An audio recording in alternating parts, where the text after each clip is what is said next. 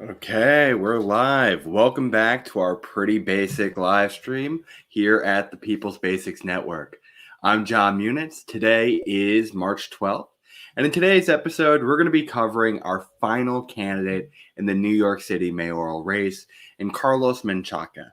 If you have not seen yet, we have done a breakdown of each candidate's platform in this video series. Please go check it out if you have not done so already. As well, we are going to be covering that now. We would love to have your questions that we'll be answering along the way in between each policy section that we do.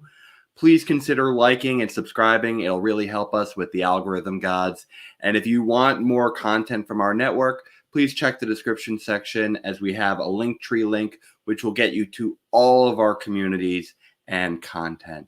So without any further ado, let's get into today's content of covering Carlos Menchaca's platform. So let's go into the full screen here. So first, as we always do, we like to go on the About Us page. Get to know who they try to sell themselves as a person. So Carlos Menchaca lives in Red Hook, Brooklyn, and is a native of El Paso, Texas. The first in his family to attend college, he got a Bachelor's of Arts degree from the University of San Francisco, where he studied performing arts and social justice. Carlos has lived in New York City since 2004 and worked on behalf of his community City Council District 38, which is made up of the Brooklyn neighborhoods of Sunset Park, Red Hook, Greenwood Heights, and portions of Borough Park, Dyker Heights, and Windsor Terrace. Carlos has distinguished himself as a leading voice for working families and immigrant communities across New York City. His strong opposition to Industry City rezoning was a culmination of the advocacy against luxury development by community residents, business owners, and labor leaders. As chair of the Immigration Committee, Carlos has driven a citywide agenda that prioritizes opportunities for the backbone of New York City's economy, service industry professionals. Carlos's race for mayor is a fight for the prosperity of New York City families as well as for all working families. New York City is not just at the forefront of entrepreneurship, but also of civic innovation, which is why Carlos is advocating for the nation's most comprehensive pilot on universal basic income. We'll see about that. We have multiple candidates who are running on that, so we would love to see the details that you have for your pilot plan, because we always love to see that because we're big supporters of universal basic income here. Next is the proposal would help increase families' purchasing power and a necessary lifeline based upon the successful model of unemployment and stimulus that we have recently seen and accepted as necessary during COVID. So that's the breakdown. And I'll tell you this, it's a very succinct platform in terms of describing who he is. Gives you his professional experience, his education. He's clearly one of the younger candidates in the race. So he is kind of fresh off the degree and now has been working for a bit in city government. So for almost like 10 years now.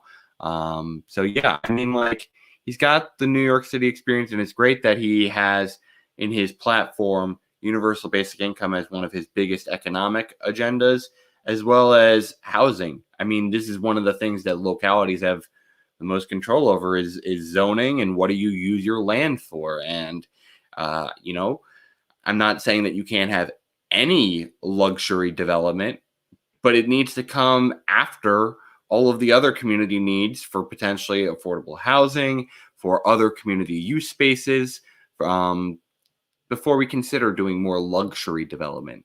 That feels like something that's a later priority. So this makes sense, especially with such a collection of people in the community agreeing with the effort too.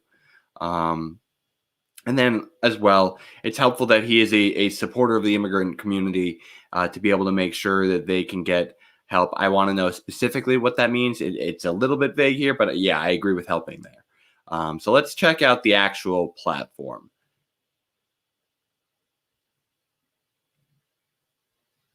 Okay. So his policy statement: compassion and love for our neighbors in New York City fuel my leadership and drive my policymaking. My policy proposals are based on my experience representing New York City Council District 38 and grounded in the communities that have joined in the fight for a fairer, better New York. The city we love was not built on market speculation, rather than on the hard working people who came here and refused to give up. Despite this, special interests treat our neighborhoods as another investment opportunity to bet on, even if it means displacing families from their homes in a moment of need that is shared by our entire nation. Our leaders are ready to sell out entire neighborhoods while refusing to address the needs of our most vulnerable. We must turn the page on a legacy of bad policy and leadership. New York City needs a mayor who cares about you. Our city's greatest strength is the people who toil so hard to keep it alive. The healthcare workers, the essential workers, the small businesses, the immigrants. As your mayor, I will be a leader of new ideas grounded in the community. Okay. So he's clearly laying out like groups that he wants to basically aim at, which is an interesting approach. I sometimes do wonder, like when you take this approach of trying to get very niche targets, you have to wonder how much that one special interest group costs you general support, because it might buy you, or not even buy you. That's a weird way to say it. It might help you earn people's support for championing their causes. And these special interest groups will tend to be the most passionate volunteers a lot of the times. That's why they are a special interest group. So once you help them, they're like, okay, we're going to be benefiting you and trying to push you because you are pushing their specific agenda. But then I think about like a ranked choice voting system.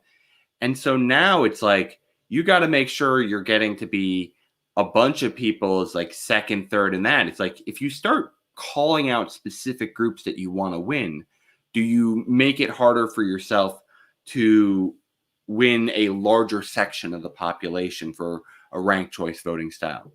I'm not certain. I think that's something to be considered that campaigns should think about when they're playing it out. It's, do they want to take a more, I'm for everyone here, I want to be everyone's candidate, versus do I want to be the champion of these vulnerable communities and these interest groups that they think are being not represented properly at this time?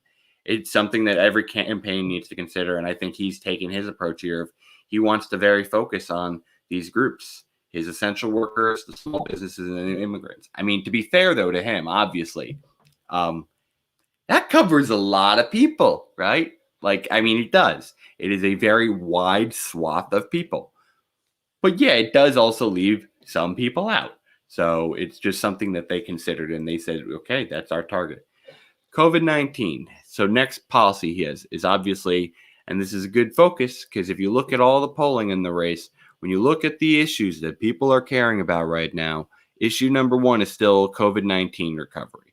Now, to be fair, we'll see how we are doing by the year 2022, but every candidate needs to have some sense of what they're going to be doing if they're coming in day one to address it. So he goes here, we are currently seeing, let me flip the screen here. We are currently seeing the worst pandemic since 1918, and it's no surprise that the international city that New York has become is unfortunately particularly vulnerable. We're New Yorkers. We brave the cold, we brave the heat, and we must brave the chaos to be together as a community. The next mayor of New York City must have the courage to lead through our current health crisis while ensuring to minimize the unavoidable economic crisis it has brought. We know that the status quo has been unable to provide rent relief and fund our education and healthcare systems. Our leaders continue to leave New Yorkers in the dark. Our next mayor must rise to the challenge, as there is no other choice but to support our most vulnerable neighbors and lead our city out of this crisis alongside the experts. So this is like a philosophy. It's kind of like a feel-good pitch in a way. Like we're strong. We can get through this. And I mean, it sounds nice, but this didn't tell me anything of what's going to be really done. I mean, other than I guess like rent relief and funding our systems. I guess. I think that's what it is. I think that's what he's trying to say in this section. His COVID-19 plan is we got to balance these things and we got to do rent relief and properly fund our systems. Okay. Next one, economic recovery and job growth. Walking around our city, I have seen the traumatic effects of the pandemic in once vibrant communities. Universally, New Yorkers feel left behind, while Wall Street executives and the top 1% have added to their bottom lines. I believe in New Yorkers' resilience. I saw it firsthand as an organizer during the Hurricane Sandy recovery. The current economic situation, however, will require bold leadership and intervention to help families who are struggling to make ends meet. We have not given New Yorkers a way to pay for rent, utilities, food, and basic necessities. The next mayor must strengthen our city's social safety net by creating new jobs, investing in green infrastructure and housing, and stimulating our local economies. The next mayor must commit to a municipal Green New Deal. Central to this plan are capital investments in green technology, which would stimulate our economy, create new jobs, and bring New York City into the 21st century. Additionally, the mayor must guarantee a universal basic income for all New Yorkers that will help give families purchasing power and a necessary lifeline. Now, here's the thing. That is bold. I will give him credit. Now, I want to see it. Like, how are you doing it? How much is it? Like, you said it's the most ambitious thing, so I need the details because I'll grant you credit. If you're proposing actual universal basic income and you have a thought process of how you can get that achieved, that's very intriguing because Yang's not doing that.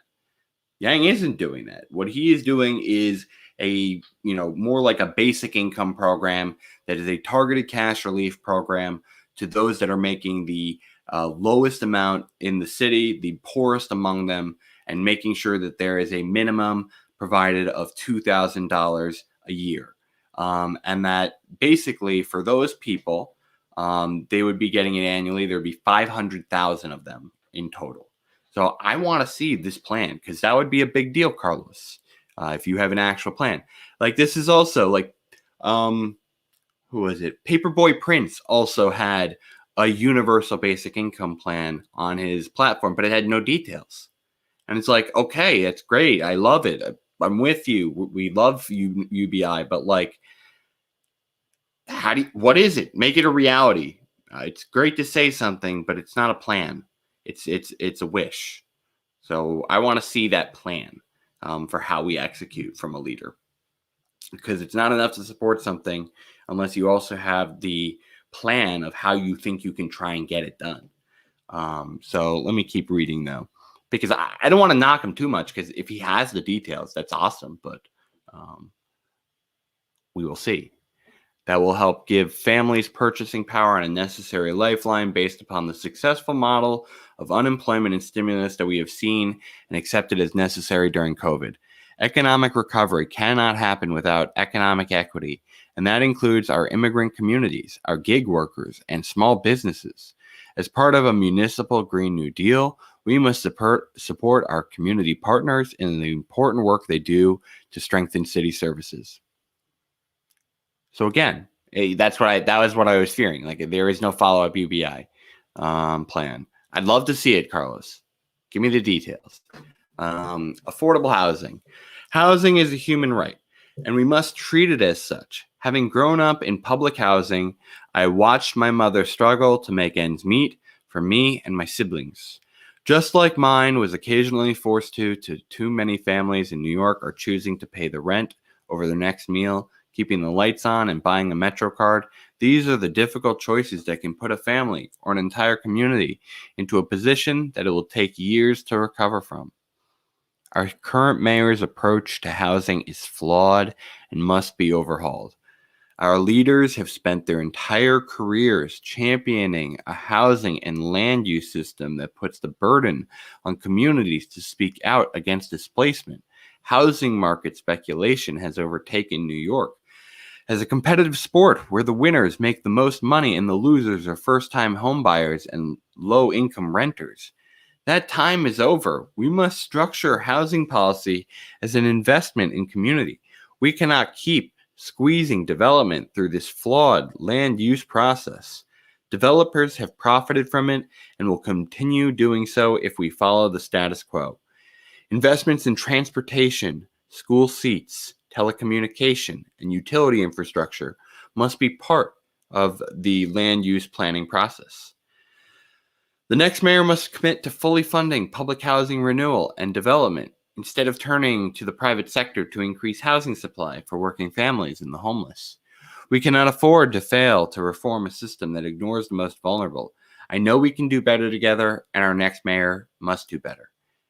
Again, I feel bad doing these types of knocks because we're the wonks here. That is who we are. And there's no other more even detailed section, so I can't say there's going to be more for us to dig into. But these are all great things. I think he speaks to these issues well, but it just so much of leadership isn't about just what you believe, but it's how you execute. And a lot of leadership in trying to win votes is just a trust exercise. And so I think for some people, they just want to see a page. They just want to they want to read the headlines, frankly. They want to come to a page. They're like, oh, let me do a basic check to make sure they're not crazy on any of my one big hot issues. And then, okay, to the donate page it is. Because they probably saw some other form of communication. They saw some video. They saw some flyer. They heard from a friend, whatever. They're ready most of the time when they come to this website. They're not looking for the fleshed out stuff. This is for truly, this is the mindset I'm taking, frankly, of those who are the most engaged, the most involved in the New York City stuff would even consider really going through the details of the policy. It might seem judgy, but that's just reality. If you really want to think about it, do you know the statistics on donating to candidates compared to the votership? Only 5% of people are really getting into the major donor categories here. So I don't think it's really crazy of me to say I don't think most people read the flesh of a platform like we do. But I think it's important when we consider who we want to know someone's really fleshed out how they think they can get something done. But credit to him. He talks about these issues, right? I will say, though, on the issue of gentrification in general, I 100% agree with him that the displacement is a bad thing. The idea of people being kicked out because there is a lack of affordable housing in the area does seem troublesome to me. But I would be remiss if I said having people come into a new neighborhood and invest into the area and repair blighted buildings, yeah, that's a good thing. There are pros and cons to gentrification, and the major con, which we need to address when we have people come in and try and invest in areas, is this displacement. And it is often, I know, people of color, but that is also because it's just frankly an economic problem. We do not have a wealth, system that rewards brown and black Americans the same as white Americans and frankly Asian Americans in this country. Now, frankly, Asians are in a very interesting situation too. They have a very polarized wealth situation compared to a lot of other populations. So they have very high average, but there are people who make up the severe poverty level in New York City that are highly the Asian population too. So I don't want to dismiss their pain as well. So let's see. He keeps going on here. This is now into healthcare and mental health. There is no issue that weighs as much on New Yorkers right now as healthcare. Yeah. I mean, I'm personally having to deal with that all the time now. I'm just waiting to get that freaking vaccine now. Just waiting on that list. It's going to be so much freedom. Yeah, I mean, that's obviously on a lot of people's mind right now. But amid this pandemic, access to quality care has been the dividing factor between those with the most and those with the least in our city. Millions of New Yorkers continue to go uninsured and underinsured. As the pandemic rages on, even more people lack adequate, culturally competent access to mental care. Our healthcare workers are underpaid, under-resourced, and overworked. In order to guarantee dignity to all New Yorkers, to make sure our communities are healthier and safer, we must start by bridging the healthcare divide, destigmatizing mental health, and compensating the healthcare workers who keep our communities healthy and safe. The plain truth is that our mental health system has been chronically underfunded for decades. Moreover, the stigma around mental health is real, and it is especially felt in low-income neighborhoods and communities of color. This, coupled with the social and economic stresses of COVID demands that our city meets the moment to tackle mental health. Where was I? Meets the moment to tackle mental health as part of our city's recovery. Funding must go towards getting the hundreds of thousands of people who go undiagnosed or undertreated the appropriate care they need, insured, diagnosed, and treated. We have to tackle the crippling high turnover rate at our mental health institutions, which also leads to significant vacancies. I propose that we increase the average hourly wage of a healthcare professional by 25% in my first year as mayor, followed by a further 25% increases over the next 2 years. To meet the needs for the mental health services our city needs, we need to cut what has not worked and expand to new neighborhoods what has worked. I would increase the capacity of critical care and long-term care in the H+H networks, while also fully funding through the DOH-MH the incredibly successful intensive mobile treatment teams. I would address the lack of culturally sensitive mental health care by creating a partnership between our public high schools and our CUNY schools to incentivize the healthcare profession in communities of color, which means making CUNY free and subsidized and ossifying a pipeline from our public schools to healthcare jobs. The Department of Health will be critical to the continued monitoring of the city's public health recovery and to address perennial challenges. Too many New Yorkers are still vulnerable to diseases such as drug abuse, obesity, and asthma. Are those technical diseases?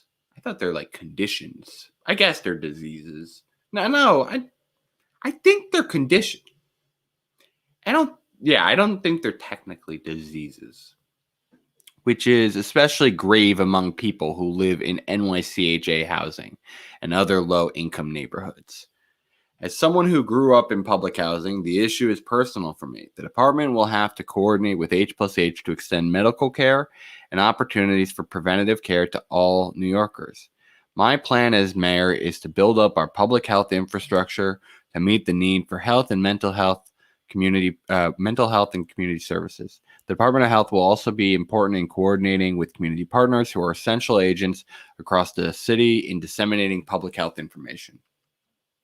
Okay, so I mean, I will give him credit. This might be his most detailed part of his platform.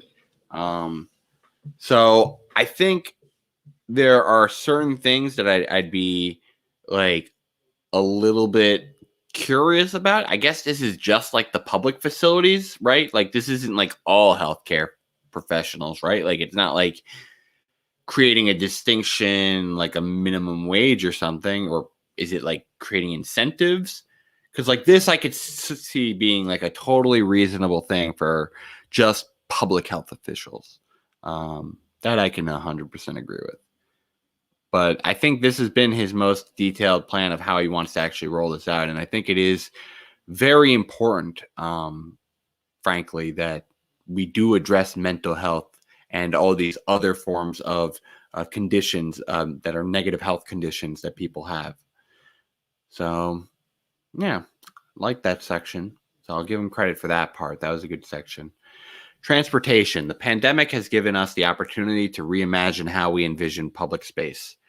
Open streets for restaurants is just the beginning and have been an important job source for working New Yorkers. We must continue supporting our restaurant owners and expanding access to public spaces to artists and entrepreneurs who are struggling to find space to perform and create. We need to stop thinking in the ways of the past and think about the future of our roads, sidewalks, and our environment. A way to propel us towards a safer city for pedestrians and cyclists is by expanding bus and cycling infrastructure. We also need to reduce policing in our communities overall, and that is especially clear in public spaces and transit spaces. Removing traffic enforcement from the police department is one move to get that done. As mayor, I would dedicate a significant part of the city budget to building exclusive bus lanes that would allow New Yorkers to get to work on time. So I want to know more about why he doesn't want police in public. Like, that's where I think they would do the most deterrent, and they would do, frankly, the most quick response to any problems that are occurring. But I want to hear more about philosophically the data that he has there of that. Like, that I'm just not sure about, because I mean, I've seen a lot of data that has shown that if you want to reduce violent crime, you basically want to be trying to target the actual places where there is violent crime. We've seen multiple candidates even call that approach necessary when it comes to things like not drug crime, with gun crime. So I ask, why not have people be present in those areas and have some intervention? I think that's just wrong. But the rest of it, again, agree with. Next, he has, I have two priorities going into the mayor's office regarding transportation. One is expanding exclusive bus lanes and automatic enforcement through camera technology, which removes the NYPD from enforcement. The second is reconfiguring the outdated bus service map, which fails to serve the communities that have limited mass transit options, disabled, and older New Yorkers. I will work with communities to reimagine their neighborhoods' transportation options in the best way possible. Microbuses is one example of how communities with restricted streets and access to transit options can benefit. So again, here's another one that I don't like, actually. I'm not a big fan of the automatic enforcement through camera technology. I feel like this is just a way that ends up with getting working class people fined a lot of the time because our system of justice doesn't levy a punishment that is equal to a rich person who violates the law and a non-rich person. It's a flat frickin' fee. So automatic enforcement takes all the judgment out of the system, in my opinion.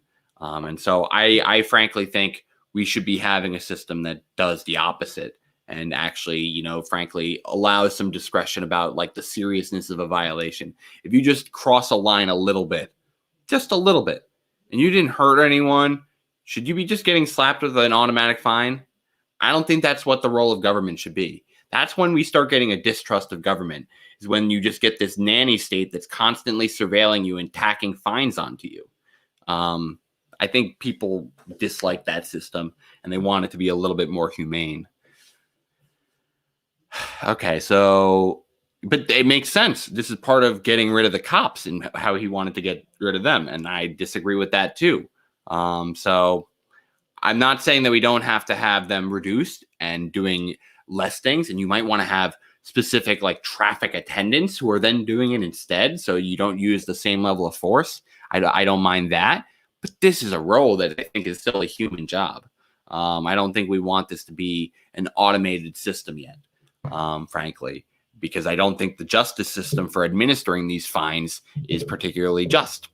So if you want to go at it the other way, I want to hear that too, because then maybe we can have a system that actually makes sense. But I don't like this currently. Okay, so let's continue from where we left off. The second is reconfiguring the outdated bus service map, which fails to serve the communities that have limited mass transit options, disabled and older New Yorkers. I will work with communities to reimagine their neighborhood transportation options in the best way possible. Microbuses is one example of how communities with restricted streets and access to transit options could benefit. Okay. Sure. Why Oh, I guess this is just for okay, so these are like special service ones. Okay. I can see that being an option for them. Okay, next. Where possible, I will prioritize automated enforcement with speed and red light cameras and speed sensors. Although there are some legal and surveillance concerns, it takes tremendous amount of bias out of traffic enforcement. Moving forward, traffic enforcement should no longer be managed by NYPD and returned to the Department of Transportation. That I can agree with. You can return it to the Department of Transportation. It'd be a huge asset for the Department of Transportation to be able to oversee enforcement, especially around vehicle collisions, which mostly go unresolved and unanalyzed for better design.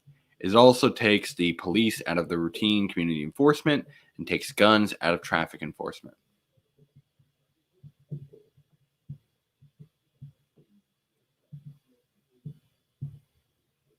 I mean, I agree with the statement that we should maybe be moving it to just the Department of Transportation, but I do have the surveillance concerns and I do have the automation concerns.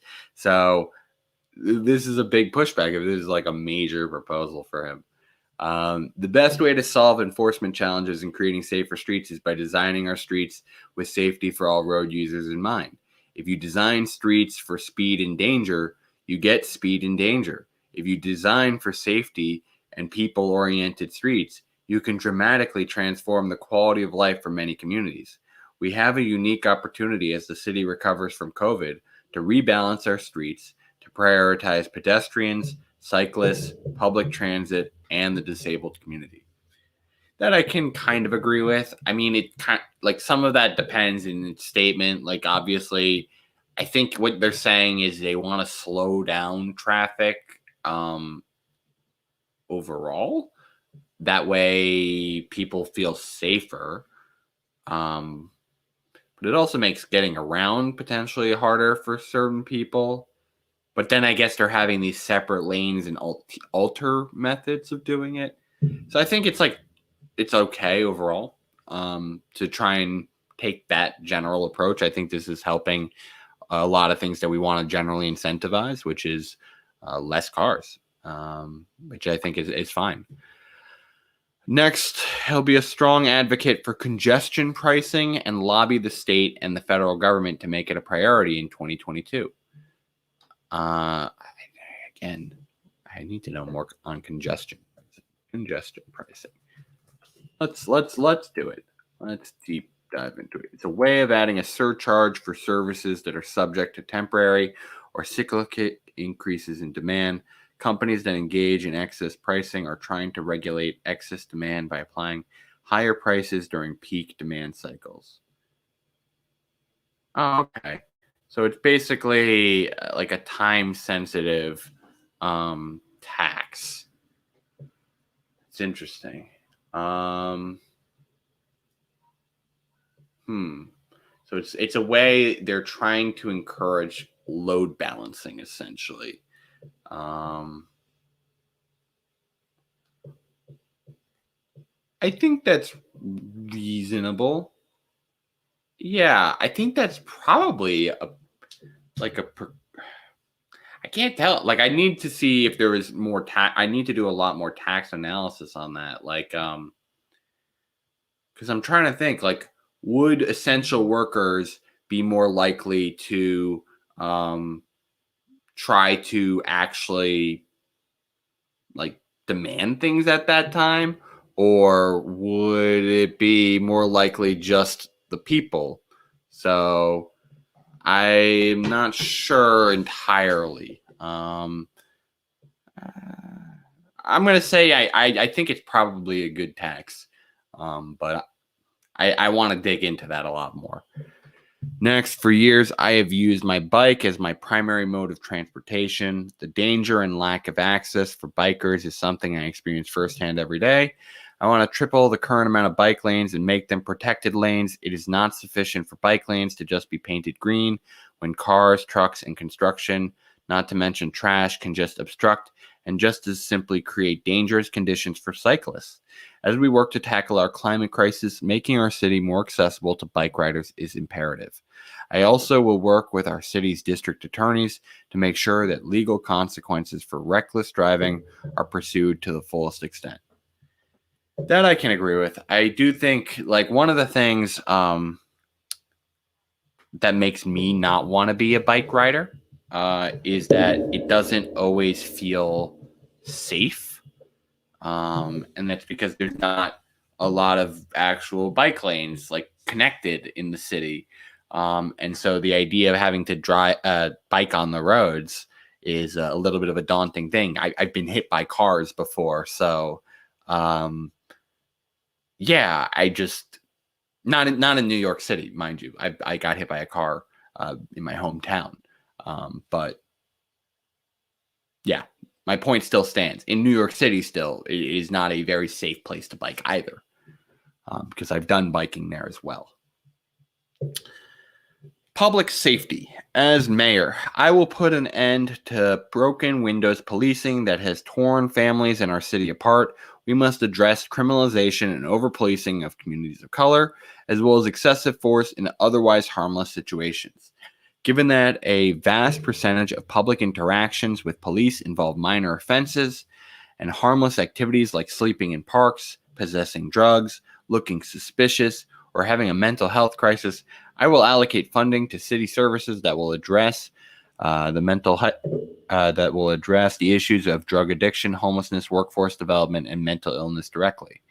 As mayor, the NYPD's entire $8 billion budget will be under review for reallocation to the city agencies that will directly aid and heal our communities.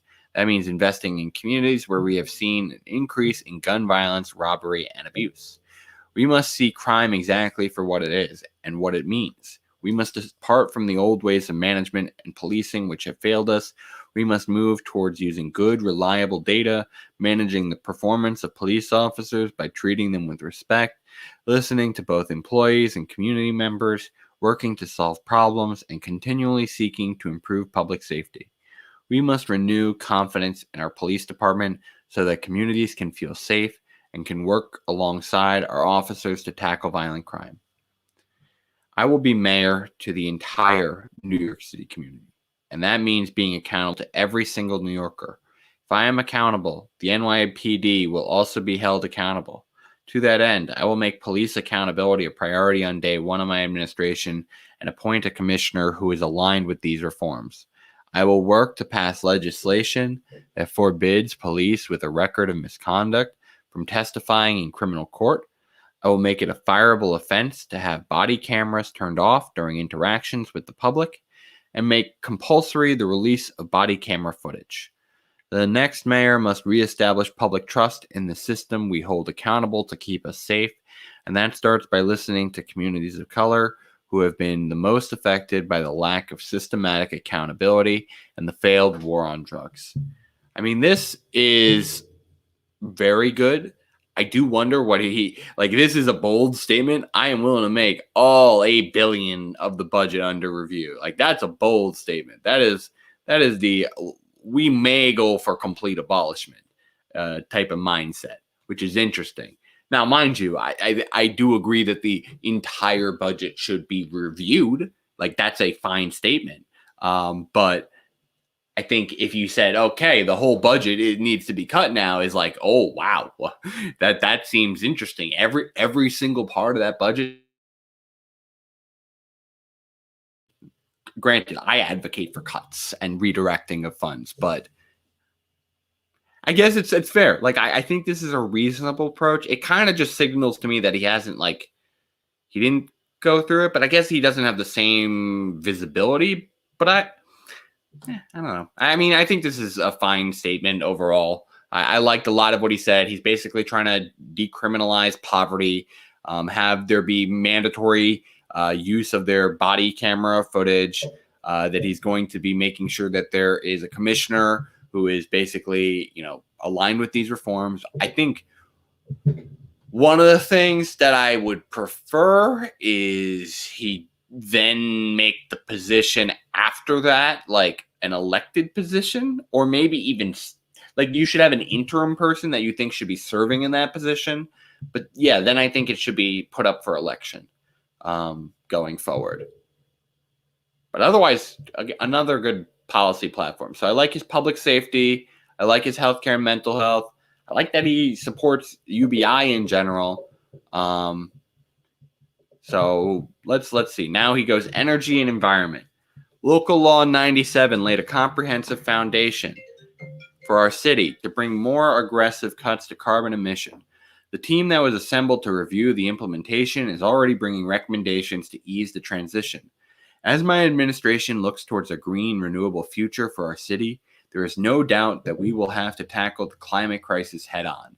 I will explore expanding opportunities to maintain and innovate on our communities to reduce carbon emissions and share our learning with cities across the globe.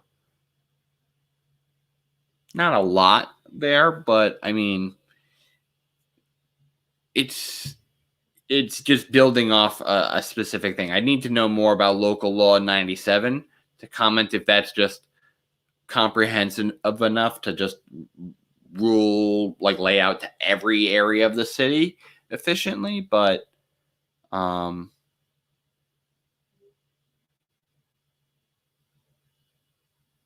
mean, this is mainly just saying we have to do it. We have to innovate in our communities to reduce carbon emissions. And yeah, I mean, this is just not a lot there, in my opinion. I am a Head Start child. My mother wanted me to learn English since only Spanish was spoken at home. I understand personally that what our families need is universal access to free childcare and preschool, which begins at least at age 2. Because of their family resources and environments, too many children come to school ill prepared to learn. This is especially true for parents who have to work more than one job to sustain their households, limiting their ability to foster a learning environment for their young children and burdening them with the choice of working to pay rent and their basic needs and taking care of their children.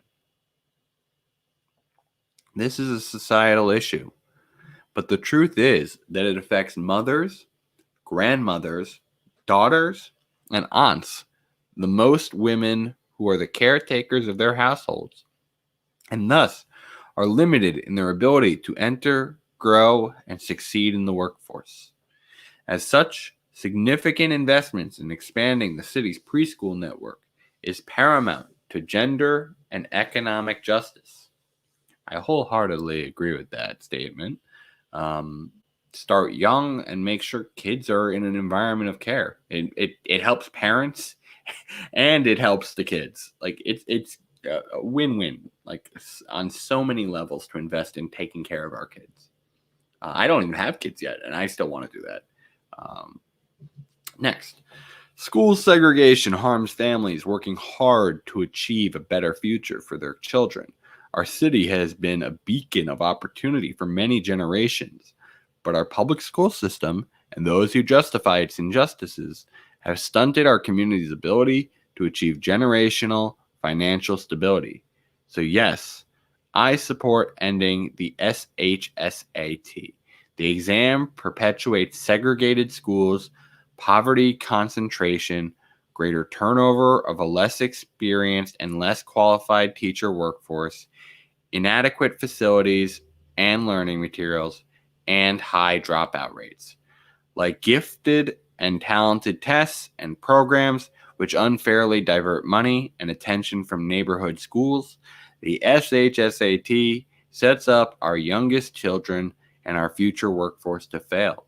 The city that I know is courageous and kind, would not let our 4-year-olds and 13-year-olds test scores perpetuate a cycle of poverty and deprivation of resources.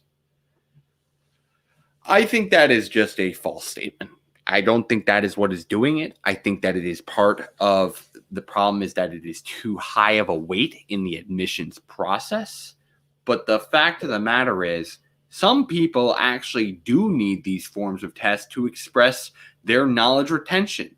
Not all people are, frankly blessed to have other forms of skills like social presentation or the craftiness. They need to show their knowledge representation in other forms. And so I don't think that it should be eliminated altogether. I just think that the assessment needs to be holistic. And so I think that there are other methods that address these problems. I think it's like we look to these things and we see data that shows that there are disparities on these tests where people who have better wealth generally do better on these tests. But I ask myself, like, why don't we just simply spread the wealth so that everyone starts doing better on these tests? It's showing that we're not educating these people better early on. If we are providing them better education early on, they're going to have better and better scores on this. I just think this is the wrong approach. I don't think it fixes the system. Like, yes, I agree that can't be the be all end all of assessing people because, as I said before, it is one means of assessing people's knowledge. One means. But it is not necessarily the only means. And so we should be incorporating other things. But some people might ask, well, why do you need these assessments? Why not just like do it randomly? Just put people in schools. Well, here's the thing. It's because you actually teach people better when you're teaching to a similar band of people and you're not having to have a distracted classroom with all a wider range of disparities of learning curve. You don't want to have to teach one gifted person at a slower rate to hit the average compared to one remedial person who's being felt like they're left behind. You want there to be a little bit more of an even area within the classroom so that your time is being most effectively used. It's really hard as a teacher to teach usually, dozens of kids in our New York City school system. And so if that's the amount of kids you got to teach, you're hoping that your time getting to speak to all of them all at once hits all of them effectively. And so that means they should all be kind of in a reasonable band.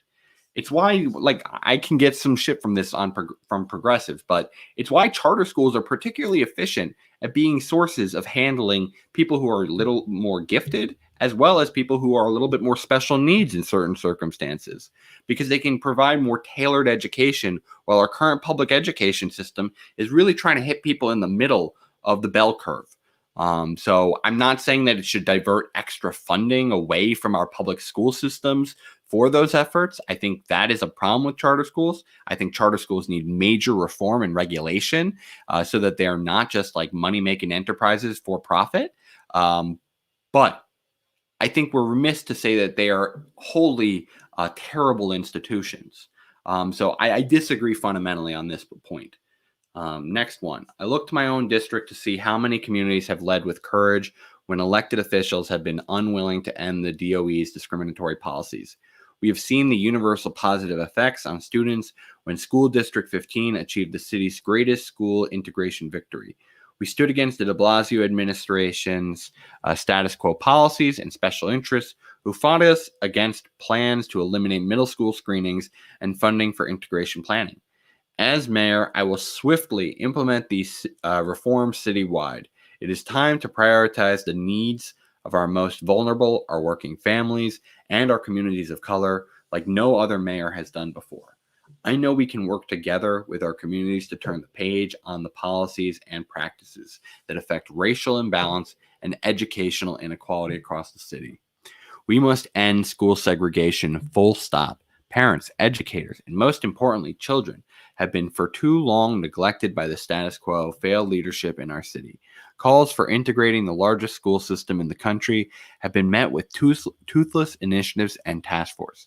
As mayor, I will move to swiftly pass legislation that decouples property taxes from school funding. That's good. I like that.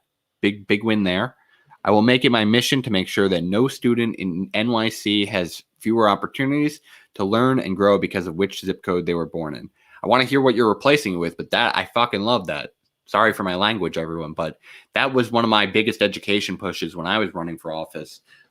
Is it makes absolutely no sense to fund education primarily through property taxes of a locality. It just leads to blighted areas continuing to be blighted areas because their property becomes less valuable, so their schools become less funded, which means that their kids become less educated, which means that they don't have as much success in their area. They don't get as much employment or job opportunities or the knowledge to be able to create enterprises and success. I'm not saying you have to be the most educated person ever to find success, but yeah, on average, education helps people. And so funding education in turn helps communities. And so by doing it by property taxes, poor communities stay freaking poor. So I'm very happy to see him say that.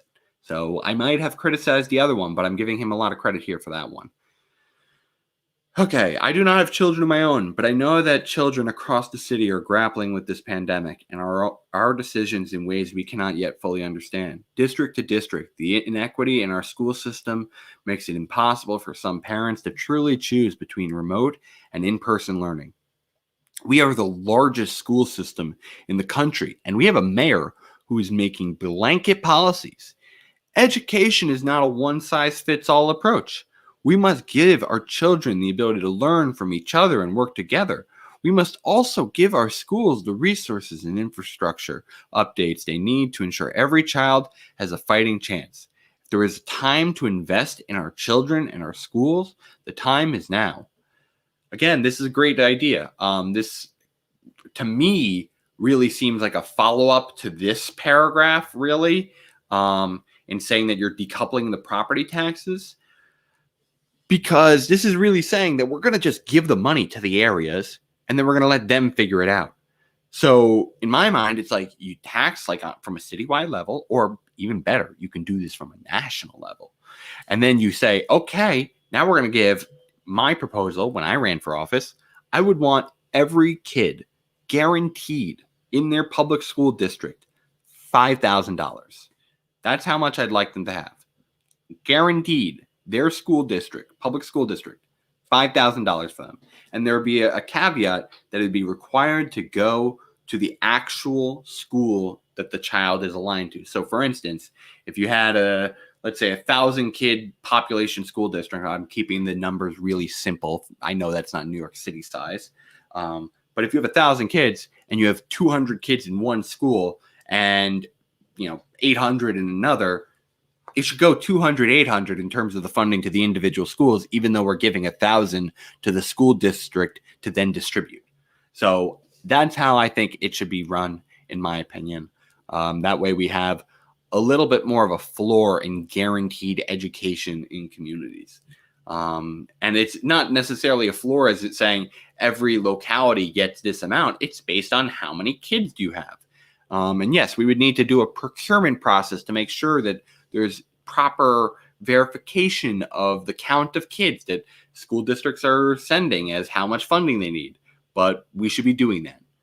We should be making sure that they're getting the funding that they need so that they can start escaping these poverty cycles. But let's wrap up here. Let's wrap up on this. So another one he has.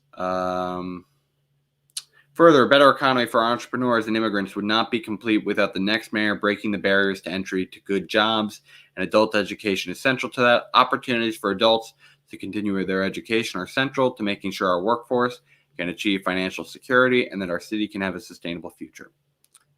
So that is the end of his platform. I will say there is a lot of good. There are some areas that I strongly disagree with. I think Carlos is a good guy. I think he shows that. He's a pretty solid guy overall. I wish he had more details on some proposals, especially that universal basic income. But I think he's a worthwhile guy to think about. But with that being said, everyone, I wanted to close with our episode, see if there were any comments before we go on to our next live stream that we're doing as our Team React live stream. With my friends at the team. We got Ben Cooley, Sonali Kumar, and Jonathan Crone who will be joining us very shortly. So let me see if there are any comments I want us to feature. Yeah, so that's interesting to hear. Wants to see more that you've been hit by cars while biking in town too. Yeah, I mean, it's the number one reason, we covered this the other day, that people don't end up choosing to bike on the roads is, well, they don't want to get hit by cars. They don't feel safe. And I mean, I think, what was it, 60% of people said that? So yeah, I mean, I am one of those people. I would totally do it again if I felt like there were bike lanes. Like I'm not adverse to that, but not huge when it's open road biking. But yeah, that'll do it, everyone. So this has been another episode of our pretty basic live stream at the People's Basic Network. If you did like today's episode, I hope you make sure that you've liked as well as subscribed. As well, check the description section down below. That way you can get our Linktree link so that you can find all of our community pages as well as our content. So with that being said, my friends, in this toxic world, I hope you all are staying basic out there.